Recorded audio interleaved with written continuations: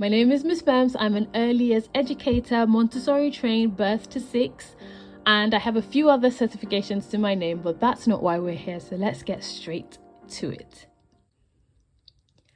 Welcome to my podcast, Teacher's Corner. Currently, this podcast is only available on my platform, so you'll have to come here to listen.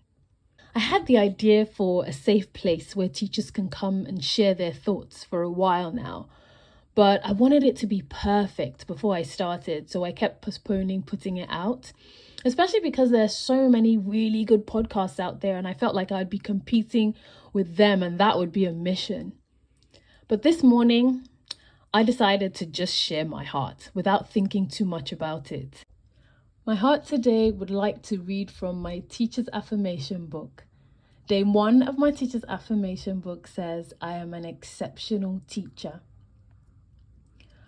I remember the first time I wrote that affirmation down, before I even created an affirmation book.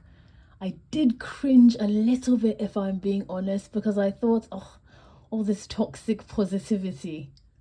But as I sat down to think about what being an exceptional teacher meant to me, I Googled it, and Google defines it as being much better than average, not typical. And I guess I thought I would describe myself as not typical, because I try my best to do my best. So I guess that makes me exceptional. And even if I don't feel like an exceptional teacher in this moment, I genuinely enjoy doing what I do, and I strive to continue to be better. And not being better than anyone else necessarily, but being better than my average formal self. And so therefore, I guess I am exceptional.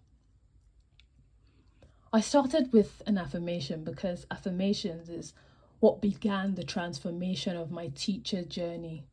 In one of my most demanding jobs, I would begin my day with an affirmation.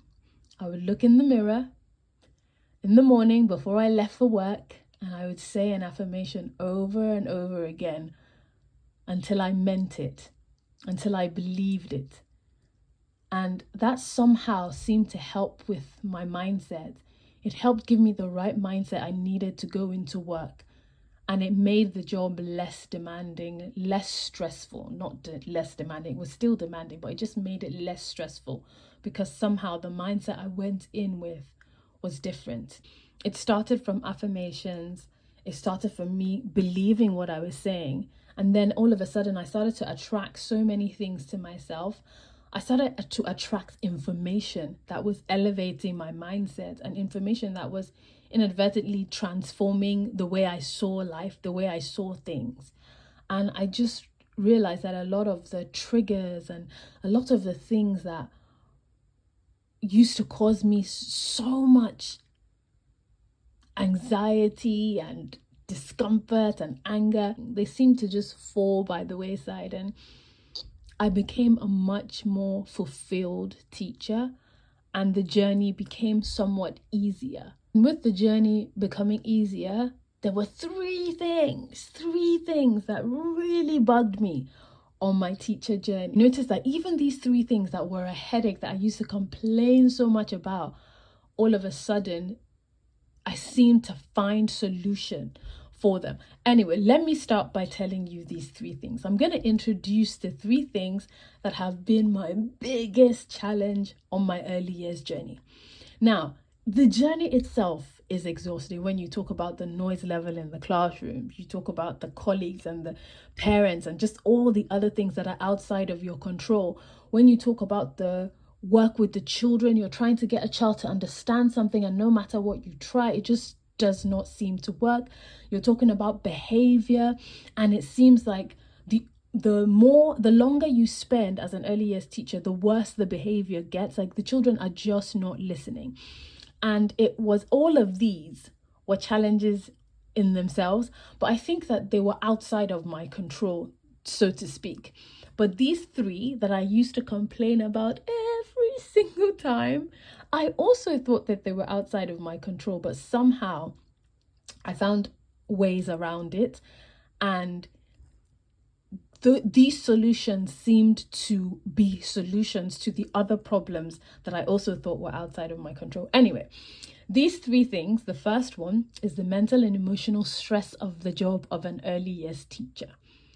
I cannot tell you how many times I cried, how many times I would have a mild panic attack and have to leave the room to take some deep breaths.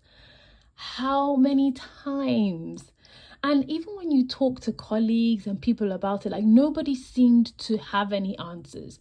We didn't have a counselor that we could go on the premises, just nip into the counselor's office, have a little rant and come back energized. There was nothing like that. So the mental and emotional support for teachers in the school it wasn't there, at least not in the nurseries I worked in.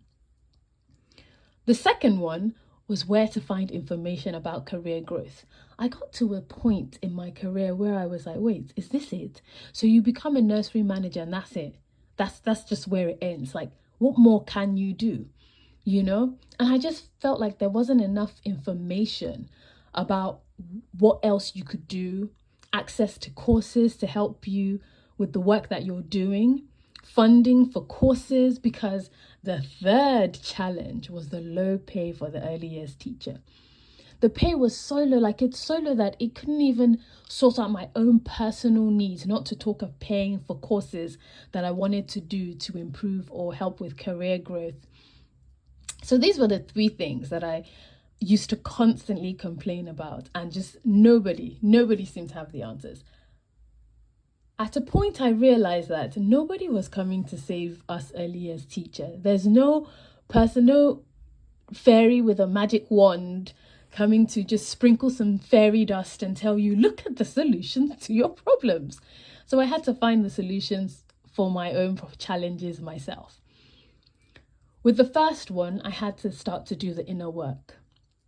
And that was when I started writing down affirmations. So I'd heard about affirmations and I just thought it was a whole load of mumbo jumbo, but I started to try them out. And this was the beginning of the inner work I started to do. I would do lots of introspection, meditation, reading books, attending courses. I went through therapy, and I'm still working every day. So that's what happened with number one. With number two, I had to go online and research information about career growth, access to courses, funding for courses. I had to ask questions, check government websites for the answers to my questions, talk to people. And since 2020, when I started doing this research, I have enrolled in since 2020, probably 2 to 3 courses a year to improve my skills and move up in my career. And for number 3, I started a business and I do extra jobs here and there just to make some extra money on the side. I plan to dive deeper into these topics in subsequent episodes, but for now, I'd love to hear from you. What has been your biggest challenge on the job? Leave me a comment, or you can send me an email at headstartng@gmail.com. I'm hoping that this podcast can be a safe place for teachers to share and grow together. Until next time, spread love, spread positivity, and be inspired.